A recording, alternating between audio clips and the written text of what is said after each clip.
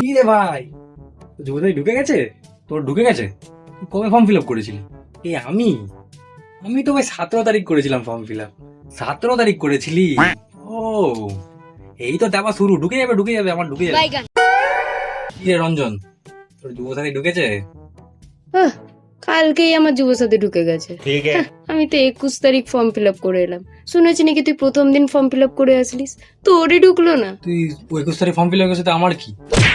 শোন ভাই, এখন তো দেওয়া শুরু হয়ে গেছে সবাই। আমার দেখ না, আজকে রাত্রি ঢুকে যাবে বা কালকের মধ্যে ঢুকে যাবে, দেখে নিবি, তারপরে দেখি তোর কথাগুলো কোথায় যায়।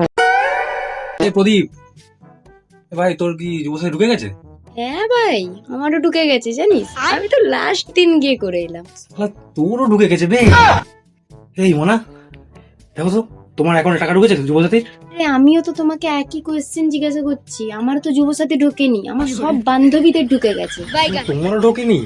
আমারও তো ঢোকেনি, আর আমারও ঢোকেনি এখনো পর্যন্ত। ব্যাংকে সবাইকে জিজ্ঞাসা করে আসছি, সবাই আমার ঢুকে গেছে, এই ঢুকে গেছে, আজকে ঢুকে গেছে, এই এখনো ঢুকলো। 26 তারিখে একটা বন্ধু ফর্ম ফিল আপ করেছে, 4টার সময় কি 5টার সময় এসছে ফর্ম ফিল আপ করে, তার সালা টাকা ঢুকে গেছে, আমার সালা এখন টাকা ঢুকে নাই।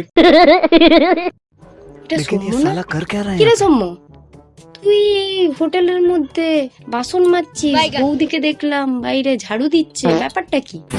ভাই আর বলিস না ভাই, যা সমস্যায় পড়েছি না। এই যুবসাথীর ফর্ম ফিল আপ করতে দাঁড়িয়েছিলাম 1 বছর আগে, আমার বউয়ের করে আসলাম, ভাবলাম যে 1,500 টাকা করে পাবো, 3,000 টাকা মায়ের লক্ষ্মী ভান্ডার তো আছেই, বাবা বার্ধক্য ভাতা তো আছেই। সেটা দিয়ে ভেবেছিলাম একটা ভাই ইনফিল্ড কিনবো। 50,000 টাকা শ্বশুরমশাই দিয়েছিল ব্যবসা করার জন্য, সেটাও আমি ইনফিল্ড কিনে ডাউন পেমেন্ট করে দিয়েছি।